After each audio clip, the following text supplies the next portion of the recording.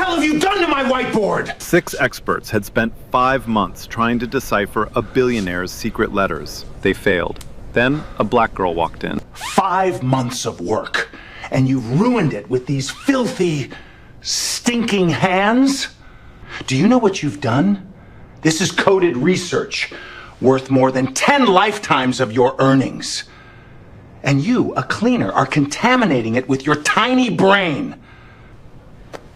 I didn't erase anything. She said softly. I just added 4 words. He laughed contemptuously. 4 words. From a black cleaner? Then he looked at the whiteboard. His face suddenly turned pale. What had she written? Lawson didn't wait. He grabbed a cloth from the desk and wiped the whiteboard clean. Every symbol, every word, gone. His hand was shaking, not from anger, from something else, something he wasn't ready to name. He turned to the 2 colleagues standing behind him. Not a word about this, to anyone. Then he pointed at Sasha. Get out, and if I ever see you touch a marker in this building again, you won't just lose your job. I'll make sure you never clean another office in Boston. Sasha didn't argue. She picked up her mop, she picked up her yellow bucket, she walked toward the door. And right before she stepped out, she paused, just half a second. She looked back at the whiteboard, now blank, now clean, now empty of everything she'd written. It didn't matter. Those 4 words were still in her head. They'd always been in her head. But here's the thing Lawson didn't know. The door to the next room was open, and Colleen Moore, the youngest linguist on the team, had been sitting at her desk the entire time. She heard every word. She heard the shouting. She heard the silence. And in the 3 seconds before Lawson wiped that board clean, she did something no one noticed. She took a photo. Later that night, alone at her desk, Colleen opened the image on her laptop.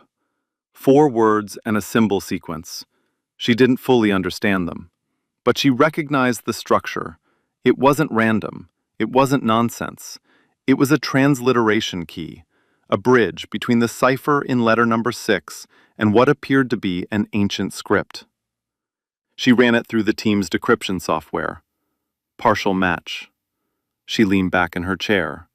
Her hands were trembling. 4 words from a janitor had just produced more progress on letter number 6 than the entire team had achieved in 9 weeks.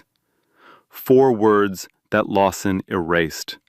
4 words he never wanted anyone to see.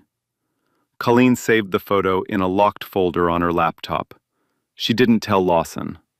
But now she had a decision to make. Go to Lawson, the man who just threatened to destroy a young woman's life? Or go directly to the woman herself? Colleen chose the woman. The next night, she stayed late, on purpose. She waited until every office went dark. Then she walked downstairs, past the lobby, past the security desk where Officer Brenda Collins gave her a curious look, down into the basement, where the air smelled like bleach and wet concrete. She found Sasha in the supply closet, not cleaning, not organizing, sitting on an overturned mop bucket, legs crossed, reading a book so worn the spine was held together with tape. Colleen tilted her head to read the cover. Comparative Semitic Linguistics. A library copy, water-damaged, dog-eared on at least 30 pages. A janitor, reading ancient language theory, in a supply closet, at 11:30 at night. Colleen knocked softly on the open door. "Hey, can I talk to you for a second?" Sasha looked up. Her face didn't change. Not surprised, not nervous, just still. The kind of still that comes from years of being careful around people who hold power over you. "I'm on break," Sasha said, like she needed to explain why she was reading. "I know." Colleen stepped inside. She pulled out her phone. "I need to show you something." She opened the photo, the one she'd taken 3 seconds before Lawson wiped the board.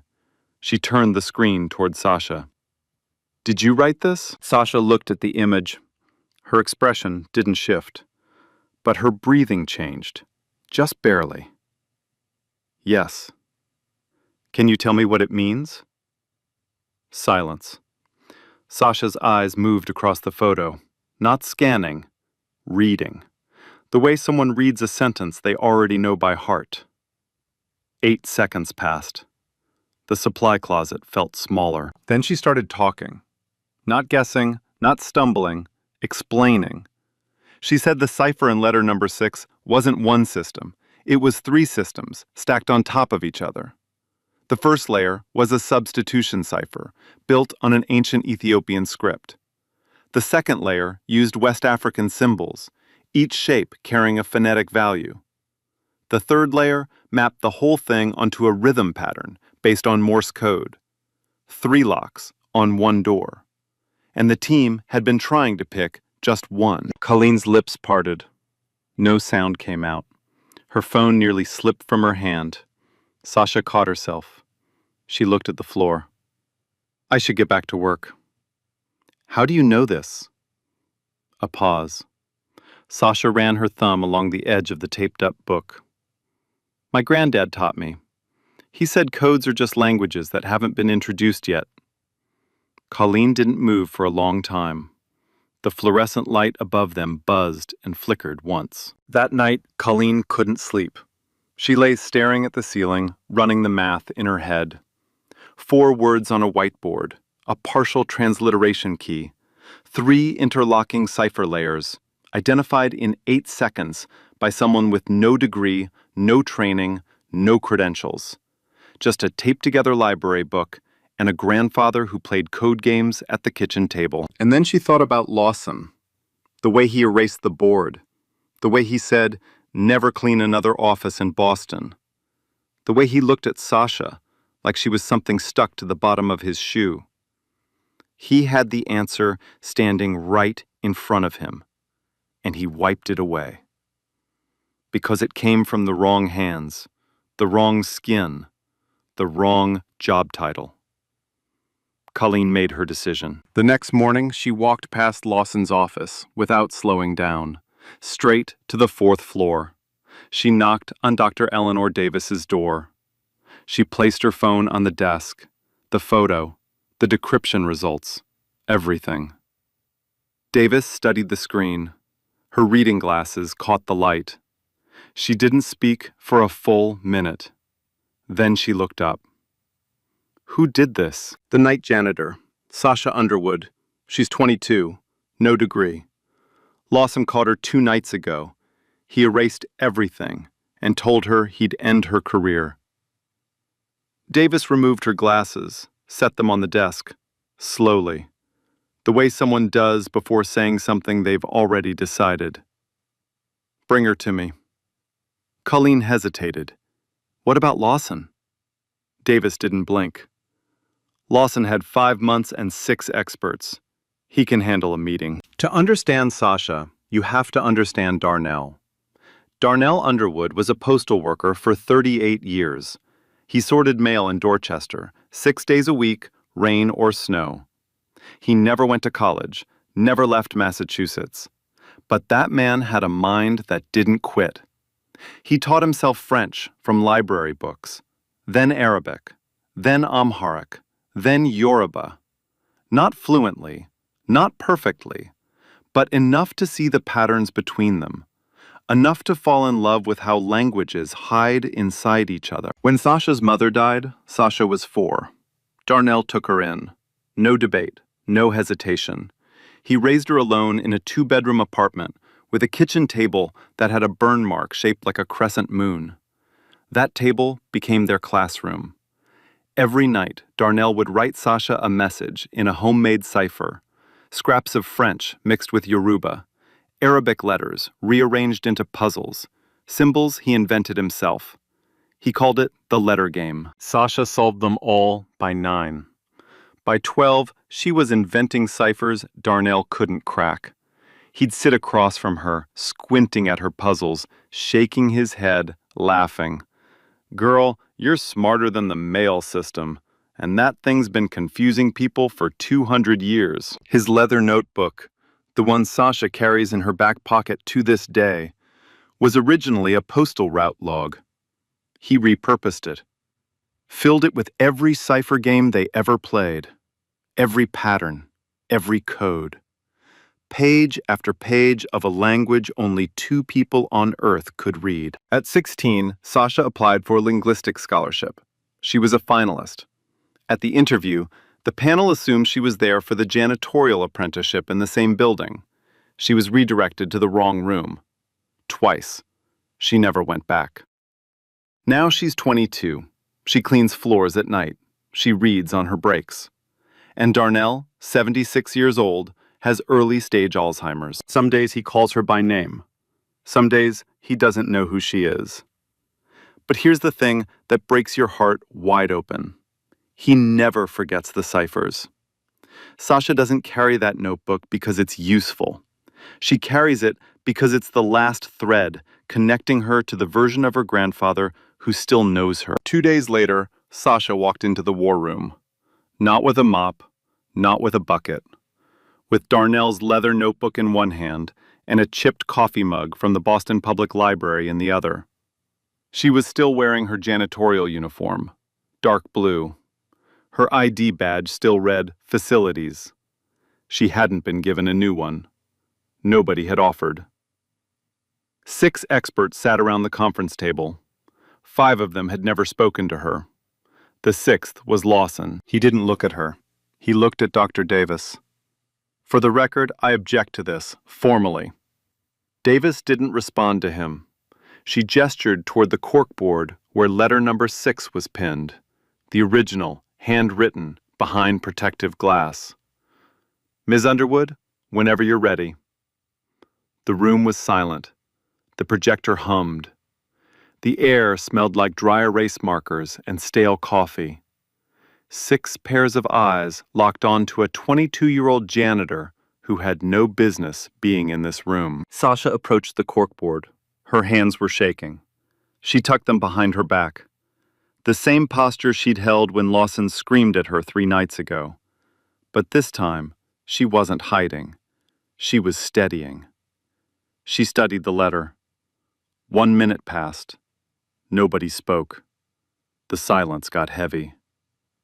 One of the experts shifted in his chair. Another checked his watch. Then Sasha opened her mouth. And the room changed. She said the team had made a fundamental error. They'd been treating the 9 letters as 9 separate puzzles, 9 independent ciphers, 9 locked doors with 9 different keys. But they were wrong. The letters weren't independent. They were sequential. Each letter's encoding system contained a hidden clue, a clue that unlocked the decoding key of the next letter.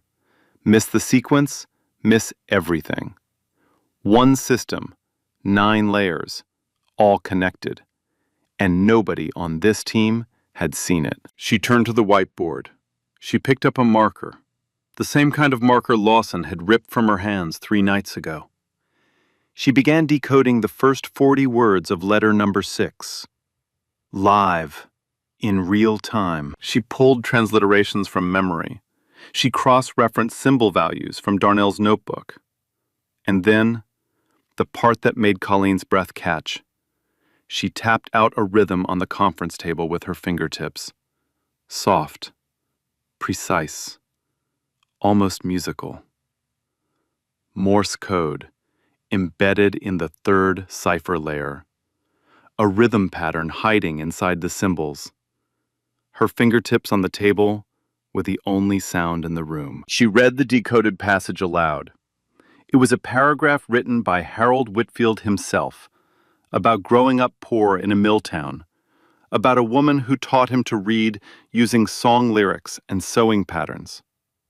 Words that hadn't been read by anyone in decades. Words that 6 experts and 5 months couldn't reach. A janitor found them in 4 minutes. Silence. Long. Heavy. The kind of silence where people recalculate everything they thought they knew. Colleen exhaled first. Slow. Controlled. Then softly. She's right. The sequential key. It works. Nobody else spoke. One expert stared at his hands. Another removed his glasses and pressed his fingers into his eyes. Lawson sat completely still. His jaw was clenched so tight, a vein pulsed at his temple. He didn't congratulate her. He turned to Dr. Davis. We need to verify this with full decryption protocol. Anyone can get lucky with fragments. Davis ignored him. She looked at Sasha. Miss Underwood, can you stay on? Sasha held the marker, the same marker. My shift ends at 6. I can come back after I sleep. We'll adjust your schedule. Colleen, get her clearance. Lawson stood up. His chair scraped the floor. He walked into the hallway and pulled out his phone. His voice was low, but Colleen heard every word. This is a liability. She has no credentials, no background check. When this falls apart, and it will, it's on Eleanor. They gave her a room, if you could call it that, a windowless side office at the end of the hallway, a folding table with one wobbly leg, a metal chair that squeaked every time she shifted her weight. No computer, no projector, no access to the team's shared decryption software. Just printed copies of the letters, photocopies, not originals, and a single desk lamp with a buzzing bulb. Her yellow mop bucket was still parked in the corner from her last cleaning shift. Nobody had moved it. She didn't either. Lawson called it security compartmentalization, said sensitive materials required controlled access, said it was standard protocol for outside consultants. Everyone knew the real reason. Over the next 3 days, Sasha worked. Alone. She filled notebooks with transliterations. She mapped cipher connections between letters. She made more progress in 72 hours than the team had made in 5 months. But in the daily briefings, Lawson never used her name. He referred to her work as the supplemental notes, her findings as the auxiliary input, her breakthroughs as unverified data points. 2 team members followed his lead. They wouldn't sit next to her in meetings. They addressed their questions to Colleen instead, even when Sasha was the one who'd done the analysis. One senior cryptographer left the room every time she entered. Didn't say why. Didn't need to. Colleen fought.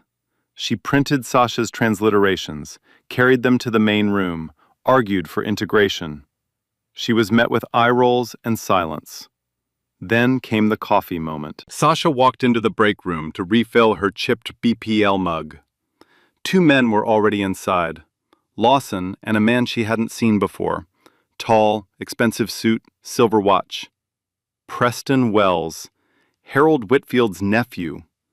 The man who stood to inherit $1.8 billion if the team failed.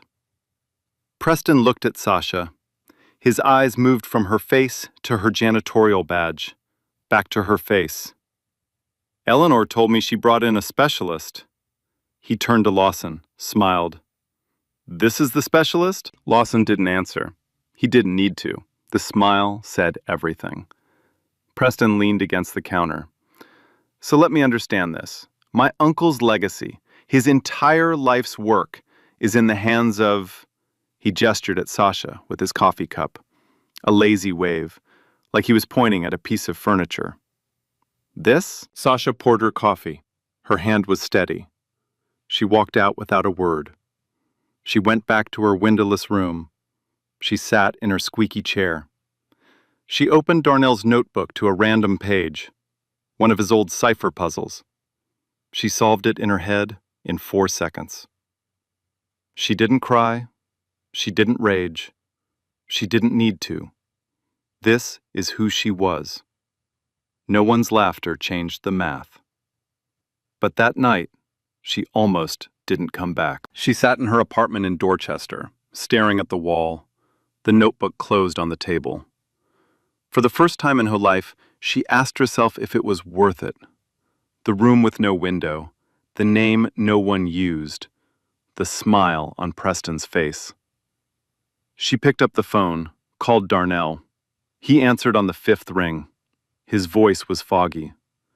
"Granddad, it's me, Sasha." Silence. Then, "Who?" She closed her eyes, held the phone against her forehead, breathed. The next morning, she walked into the foundation at 7 sharp. Her mop bucket was gone from the side room. In its place, at the main conference table, sat a nameplate. S. Underwood, linguistic consultant. Dr. Davis had placed it there before anyone arrived. She said nothing about it. It was just there. Lawson saw it. His jaw tightened. He said nothing. But Sasha touched the nameplate with her fingertips. Just once. Just barely. And she sat down. Days 5 and 6 changed everything. Using the meta-cipher framework, the sequential key that connected all 9 letters, Sasha fully decoded letter number 6, then letter number 8, back to back. 2 letters that had haunted the team for months, cracked in 48 hours by the woman they wouldn't let sit at the main table. And what was inside those letters silenced even the skeptics. Letter number 6 contained Harold Whitfield's plan for 200 full-ride scholarships. Every one of them designated for first-generation college students, kids from families where nobody had ever held a diploma. Kids like Sasha. Letter number 8 described a literacy initiative spanning 12 American cities, libraries, after-school programs, community reading centers in neighborhoods that had been forgotten by every system designed to help them. A billionaire had locked his kindness inside a puzzle, and a janitor was the one setting it free. The team began to shift, quietly at first. The senior cryptographer, who used to leave the room when Sasha entered, he stopped leaving. Then he started asking questions. Then he started directing those questions to her instead of Colleen. One afternoon, he caught Colleen alone in the hallway. He spoke quietly, like a man confessing something he was ashamed to admit. "I've been doing this for 25 years. She sees things I don't even know to look for." Colleen said nothing. She just nodded. She already knew. The work itself was something to witness. Letter number 8's cipher included a layer based on West African textile patterns, kente cloth color codes, where each color carried a phonetic value. Sasha identified this because Darnell had taught her to read kente patterns as a child. His own mother had been a weaver in Georgia. Colors weren't decoration. They were language. Sasha's hands moved across the photographed margins of the letter, tracing invisible threads. Her pencil scratched across graph paper, mapping color references to sound values in real time. The room was silent, except for the scratch of graphite and a low whistle from Colleen that she didn't even realize she'd made. Lawson requested to review all of Sasha's decoded outputs, called it quality assurance, standard procedure, he said. He found no errors, not one. He didn't say so publicly. Every evening, Sasha called Darnell from the break room. She'd sit on the counter with her BPL mug and describe the ciphers to him, the patterns she'd found, the layers she'd peeled apart. She spoke to him the way you speak to someone who built the house you're standing in. One night, he was lucid, clear as glass. "You cracking those rich man's letters, baby girl?" She laughed, a real laugh, the first one we'd heard. "Yeah, Granddad, I'm cracking them." That's my girl. That's my little code breaker. The next night, he didn't know who she was. She described the ciphers anyway. She talked for 20 minutes to a man who couldn't remember her name. Because the codes were the last bridge between them, and she would keep crossing it until there was nothing left to cross. But while Sasha was decoding a dead man's dreams, a living man was trying to bury them. Preston Wells filed a motion with Judge Catherine Taylor. He wanted the estate deadline accelerated by 48 hours. His argument? Lack of institutional competence. His real reason? He could feel the money slipping away. Every letter Sasha cracked was a letter that moved $1.8 billion further from his hands. If the judge granted it, the team would lose 2 days they couldn't afford to lose. Letters number 6 and 8 were done. Letter number 9, the final letter, the one containing the passphrase to unlock the entire trust, remained sealed. And the clock just got shorter. It was almost 9 in the evening. The war room was empty. Everyone had gone home. Everyone except Sasha, still at the conference table, still tracing patterns in letter number 9. And Dr. Eleanor Davis, who appeared in the doorway holding 2 cups. Not coffee, tea. She'd noticed. Somewhere in the chaos of the past week, between briefings and deadlines and Lawson's cold resistance, Eleanor Davis had noticed that Sasha switched to tea after 8 o'clock. Nobody else had noticed. Nobody else had looked. Davis set the cup in front of Sasha and sat across from her. She didn't open with praise. She didn't open with small talk. She opened with a question. Who taught you to see patterns like this? Sasha was quiet for a moment. Then she told her. She told her about Darnell, the kitchen table with the crescent moon burn mark, the letter game, the notebook. She told her about the languages he taught himself from library books, a postal worker who never left Massachusetts but whose mind traveled the whole world. She told her about the scholarship interview at 16, how they redirected her to the janitorial program, twice, how she walked out and never went back. She told it the way she always told things, matter of fact, no self-pity, no bitterness, just the facts of a life shaped by doors that never opened. That's what made it devastating. Davis listened without interrupting. When Sasha finished, the room was very still. The tea was getting cold. Then Davis spoke. I was the first woman hired in my department in 1991. My office didn't have a nameplate for 3 years. They told me it was a procurement issue. She paused. I know what it's like to be in the room, but not be in the room. Sasha looked at her. Really looked. For the first time, not as a janitor looking at a director, as one woman looking at another who understood the weight of invisible walls. Davis set her cup down. Regardless of how this project ends, I'm recommending you for the Foundation's Emerging Scholars Fellowship. Full funding. Tuition, stipend, research appointment. It's designed for non-traditional candidates. She let that word sit. Non-traditional. A polite way of saying people the system overlooked. Sasha stared at her. I didn't ask for that. Talented people rarely do. Davis held her gaze. That's usually the problem. Silence. The radiator ticked. Somewhere in the building, a door closed softly. Then Davis reached across the table.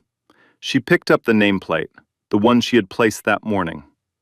S. Underwood, linguistic consultant. She held it out to Sasha. Take this home. Put it somewhere you'll see it every morning. Sasha took the nameplate.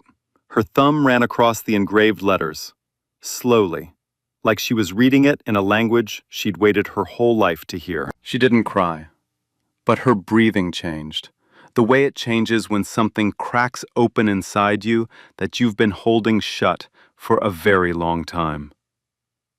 Davis picked up her tea, took a sip, said nothing more. She didn't need to. The nameplate said everything. But letter number 9 was still locked, and they had 3 days left. Sunday afternoon. The building was nearly empty. Sasha wheeled Darnell through the front entrance in his wheelchair. His hands rested in his lap. His eyes moved slowly, taking in the high ceilings, the old stone walls, the light filtering through tall windows. Officer Brenda Collins was at the security desk, the same woman who had watched Sasha push a mop through these hallways for 2 years. She looked at Sasha, then at Darnell, then back at Sasha. She didn't say a word. She just nodded, slow, knowing. The kind of nod that says, I see the whole story. Sasha took Darnell to the war room. She parked his wheelchair in front of the whiteboards, the ones now covered in her transliterations, her symbol maps, her handwriting. Weeks of work, a lifetime of preparation.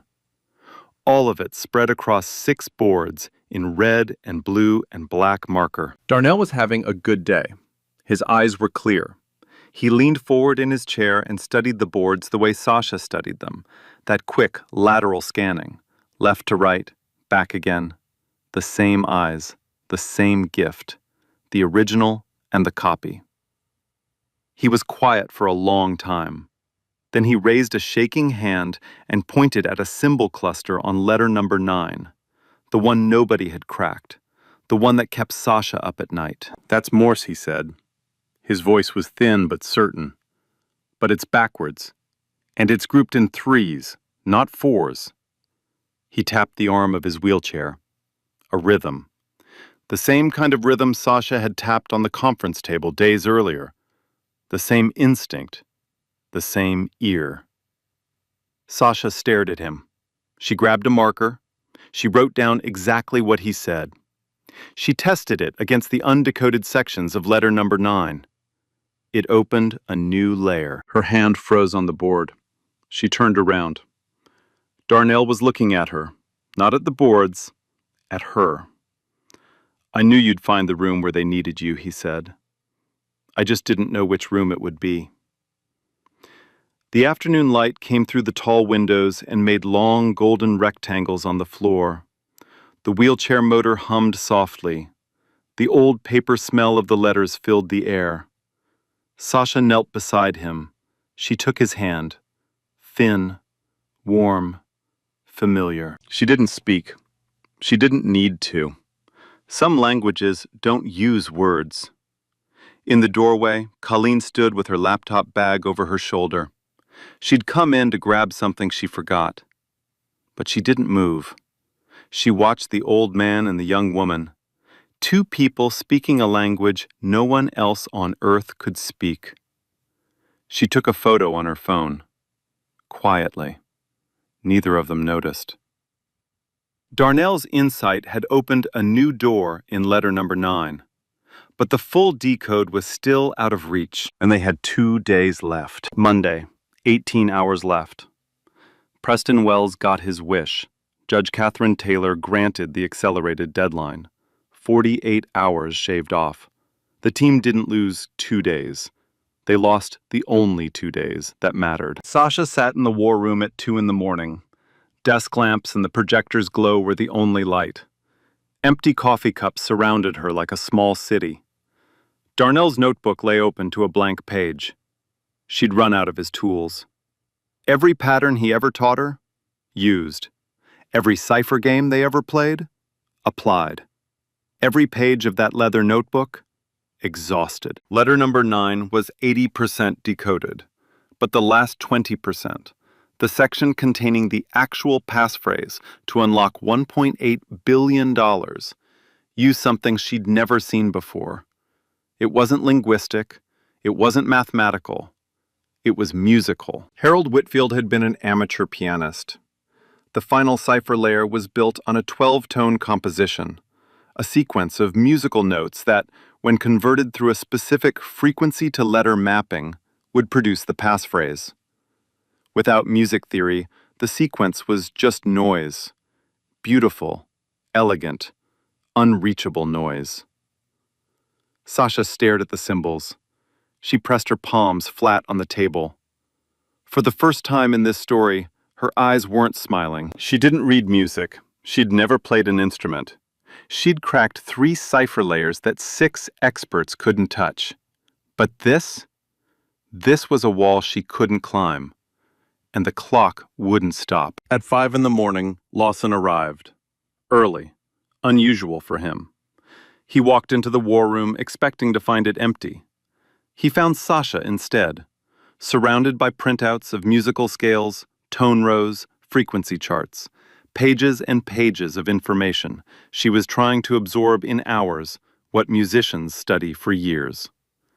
He stood in the doorway. She didn't look up. For a long moment, neither of them spoke. He looked at the work spread across the table. He looked at the dark circles under her eyes. He looked at the blank page in Darnell's notebook, the first blank page he'd ever seen in it. He saw the wall. He saw her hitting it. And for the first time, he didn't enjoy it. Something shifted in his face. Not warmth, not guilt. Something harder than both. Recognition. The kind that costs a man his pride to admit. He pulled out a chair. The legs scraped against the floor. He sat down across from her. The same table, the same room where he'd screamed at her, where he'd called her work nonsense, where he'd erased her writing and threatened to end her career. I have a doctorate in applied mathematics from MIT, he said. Before cryptography, I studied computational musicology. Sasha looked up. Her eyes were red. I can help you with the tone row. A long silence. The projector fan hummed. A car passed on Commonwealth Avenue, its headlights sweeping across the ceiling. Why? Lawson didn't flinch. Because the letters deserve to be read. He paused. The next words came slower, heavier, like stones he had to push uphill. And because I was wrong about who could read them. Sasha held his gaze. She didn't thank him. She didn't forgive him. She slid a printout across the table. Then show me how 12-tone rows work. They worked together for 6 hours, side by side. No small talk, no apologies, just the work. Lawson explained the musicological framework, how 12-tone rows function, how composers arrange sequences, how Whitfield likely mapped sound frequencies to character values. Sasha listened. She absorbed. She connected. Then she found it. The tone row wasn't random. It was based on a specific melody, a hymn.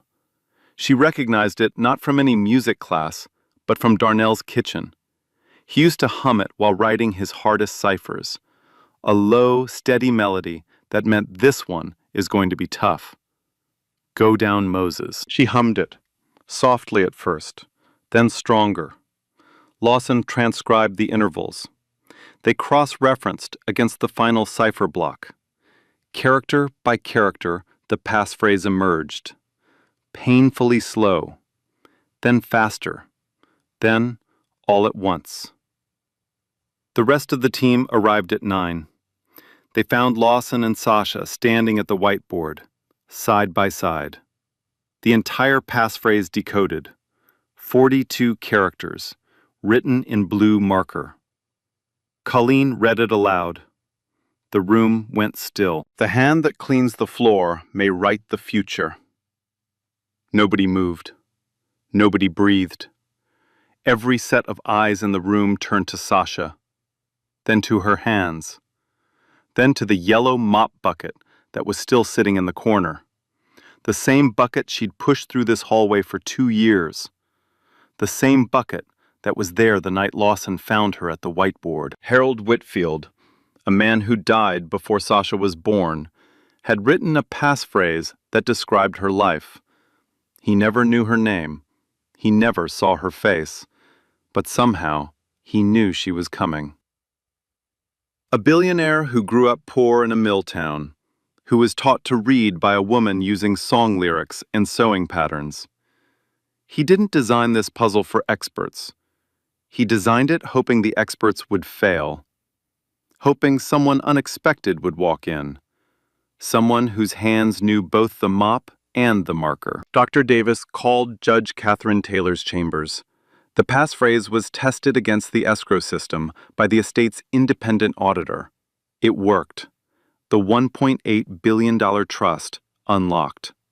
Preston Wells's legal challenge was dismissed. He left the courthouse with his lawyer. No comment, no statement. 5 months of waiting, millions spent on legal fees, and in the end, he was beaten by a 22-year-old janitor and a dead man's faith in people like her. In the war room, there was no champagne. No applause. No celebration. Just Colleen putting her hand on Sasha's shoulder.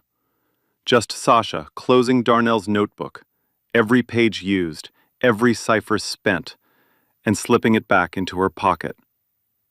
And the mop bucket, still in the corner, still yellow, still there. Sasha looked at it for a long time. She didn't move it. She didn't need to. It wasn't a reminder of where she'd been.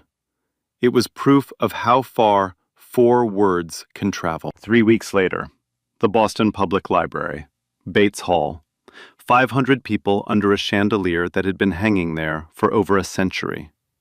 University presidents, foundation donors, journalists, city officials. The kind of room where last names carry weight and handshakes come with business cards. Sasha sat in the 3rd row. She was wearing a blazer she'd bought that morning from a consignment shop on Tremont Street, navy blue, slightly too big in the shoulders. She'd spent 11 minutes in the fitting room deciding if she deserved it. Darnell's notebook was in her inside pocket. Her BPL mug was not with her. Some things belong in supply closets, some things belong in libraries. She knew the difference now. Dr. Eleanor Davis stepped to the podium. The room settled. 500 conversations dissolved into silence. She spoke about Harold Whitfield, his childhood in a mill town, his fortune built on textiles and publishing, his belief that wealth without purpose was just numbers in a vault. She spoke about the 9 letters, the 5-month puzzle, the team of experts who gave everything they had. Then she paused. The kind of pause that makes 500 people lean forward in their chairs. The Whitfield letters were cracked by a team of extraordinary minds, cryptographers, linguists, mathematicians. She looked out at the audience. But the breakthrough, the key that unlocked everything, came from a young woman who joined our team from the Foundation's facilities staff. A murmur rippled through the hall. Davis let it pass. She had no degree. No credential, no pedigree. She had a grandfather who taught her to see what the rest of us couldn't. Davis's voice didn't waver. Sasha Underwood is, without reservation, the most gifted linguist I have encountered in 30 years. Silence. Then applause. Not polite applause, the kind that starts slow and builds until it fills the ceiling. Until the chandelier trembles, until 500 strangers are on their feet for a woman most of them had never heard of. Sasha stood. She didn't smile for the cameras. She didn't wave. She looked across the room and found one face. Colleen, standing in the 4th row, clapping with both hands raised, tears running down her cheeks. Sasha smiled at her. Just her. The first person who looked at a janitor and saw a linguist. After the ceremony, the crowd thinned. Small groups formed near the reception tables. Wine glasses clinked. Business cards changed hands. Sasha stood near a window, away from the clusters, holding a glass of water she hadn't sipped. Dr. Davis found her there. She was carrying something wrapped in brown paper. She handed it to Sasha without ceremony. "This is yours." Sasha unwrapped it. A framed copy of letter number 9.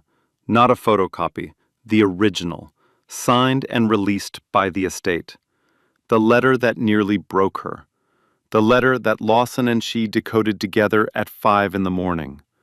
The letter that contained a dead man's prophecy about a woman he never met. Sasha turned it over.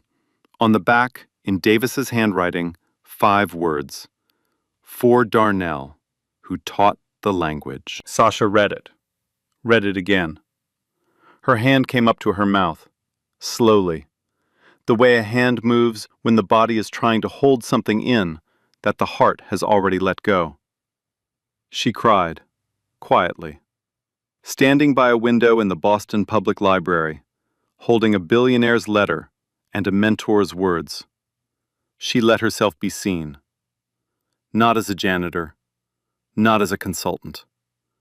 Just as a granddaughter who learned to love language at a kitchen table with a crescent moon burn mark. Across the room, Officer Brenda Collins stood in her security uniform. She was working the gala. She'd watched Sasha mop floors at midnight for 2 years. She'd nodded at her in the lobby when Sasha wheeled Darnell through the door. She'd seen the whole invisible arc, every chapter no one else had read. She didn't clap. She placed her hand over her heart, and she held it there. Later. The hallway outside Bates Hall. The crowd was gone. The caterers were packing up. Sasha sat on a bench with the framed letter in her lap. Colleen appeared. She was holding something too. A photograph, printed and framed in a simple black border. The photo from the war room. Darnell and Sasha, side by side at the whiteboard, his shaking hand pointing at a symbol cluster, her marker frozen in midair. 2 codebreakers, 2 generations, 1 language. "I thought you should have this," Colleen said. Sasha held the photo in one hand, the framed letter in the other. 2 objects, 2 validations, one from an institution that finally saw her, one from a friend who saw her first. She didn't say thank you. She just looked at Colleen the way people look at someone who changed the trajectory of their life. Colleen looked back. Nothing else needed to be said. In the weeks that followed, the story traveled. A clip from the gala. Davis's introduction of Sasha reached 2.2 million views in 3 days. The comment sections filled with the same sentence, repeated in 100 different ways. I see myself in this story. 3 universities offered Sasha admission, full scholarship. The Whitfield Foundation's Emerging Scholars Fellowship was formally awarded. Tuition, stipend, research appointment. Everything Davis had promised that night over tea. The Whitfield Trust released its first disbursement, 200 scholarships for first-generation students, named by unanimous vote of the Foundation's board. The Darnell Underwood Language Fellowship. A national newspaper ran a profile. The headline, "The Janitor Who Unlocked a Billionaire's Legacy." Lawson was quoted in the article. One sentence. Ms. Underwood possesses a kind of intelligence that institutions like ours aren't designed to recognize. That's our failure, not hers. He never apologized to her directly. But in the world of academia, a public quote like that is more than an apology. It's a scar left on purpose. And then Sasha went home. She took the framed letter and the photograph to Darnell's apartment. He was sitting at the kitchen table, the one with the crescent moon burn mark. He was having a foggy day. His eyes drifted. His hands lay flat on the table. She placed the letter in front of him. Then the photo. She opened his leather notebook to the very first page. The first cipher he ever wrote for her. She was 5. Simple letter substitution. A becomes B. The beginning of everything. I solved the last one, Granddad. Darnell looked at the notebook. He looked at the letter. He looked at her. Recognition flickered, like a light coming on in a room everyone thought was empty. He reached for her hand. Thin, warm, trembling. He didn't say her name. He said something better. My little codebreaker. He remembered. The kitchen faucet dripped. The late afternoon light turned gold. His hand rested over hers.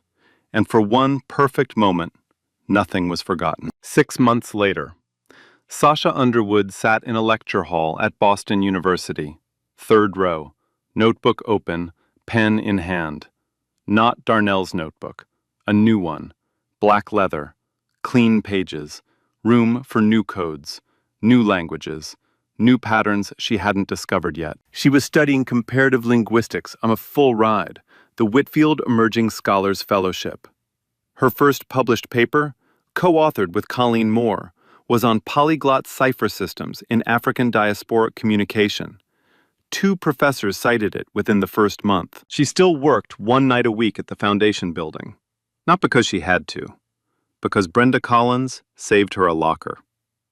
Because the third-floor hallway still smelled like bleach and old paper and the beginning of everything. Because some places hold the shape of who you were, and she never wanted to forget the woman who pushed the yellow bucket. Darnell moved to a memory care facility in the fall. His room was small, clean, quiet.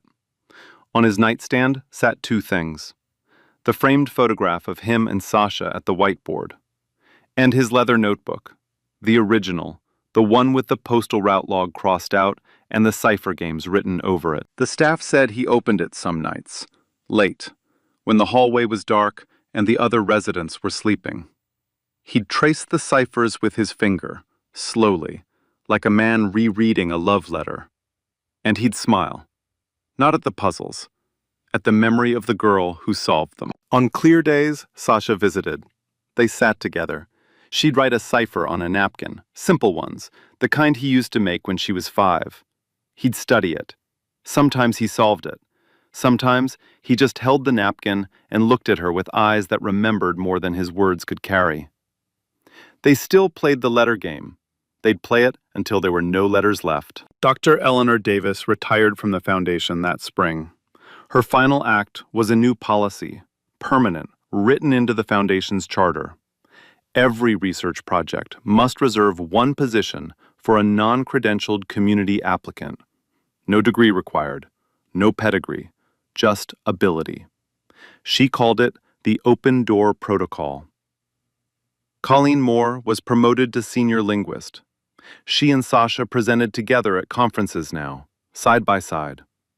The woman who took the photo and the woman in it. Gregory Lawson still led cryptography projects at the foundation. He never apologized to Sasha in person, but he cited her methodology in his next 3 published papers. Every citation was a public admission, printed in academic journals, permanent, irreversible. Sasha didn't need the apology. She had the citations. In academia, that's louder. The Darnell Underwood Language Fellowship funded 34 students in its first cycle. One of them was a 19-year-old dishwasher from Baltimore who spoke 4 languages and had never been inside a university. He read about Sasha's story online. He applied the same night. His application essay was 1 sentence. If she could walk in, so can I. So here's what I want to ask you. Tomorrow morning, you're going to walk into a building, an office, a school, a hospital, a store, and there will be someone there you've never really looked at. The person who refills the coffee, who empties the trash, who holds the door open while you walk through without breaking stride. Ask them one question you've never asked before. Just one. You might be standing next to someone extraordinary who's been waiting their whole life for a single person to notice. If this story moved you, if you've ever been underestimated, if you've ever been the one who finally saw someone, tell me. Drop a comment. I read every single one. Share this with someone who needs to hear it today. And if you haven't already, subscribe. Because this channel is built on stories like Sasha's. Stories the world almost missed. And if you're in a position to hire, to mentor, to open a door, build your own open door protocol. One position, one chance. You never know what you'll unlock. Remember this. The hand that cleans the floor may write the future. Remember that. You know what I learned from Sasha? We judge people by what we see. The uniform, the job title, the name tag, and we think that's who they are. But it's not. It's just what they are wearing. What someone does for a living is not what they're capable of. And we mix those two things up every day. And here's the hard truth. How many geniuses have we worked past? How many people with something incredibly inside them? And nobody ever stopped to ask. Nobody ever said, what do you think? We just assumed because of the uniform, because of the job, because of the skin, and we lost them. The world loved them, and we didn't even know. But I need to say this to anyone who feels invisible right now. People not seeing you doesn't mean you are not there. It means they are not looking. Because one day the right door opens, and when it does, you will be ready. Not because someone gave you permission, because you never stopped. So, let me ask you, when was the last time you really looked at someone you see every day? Not a jail job, a them. Try it tomorrow. You might be surprised. Like, share, and subscribe. Real stories, real justice, every week. And remember, the hand that cleans the floor may write the future.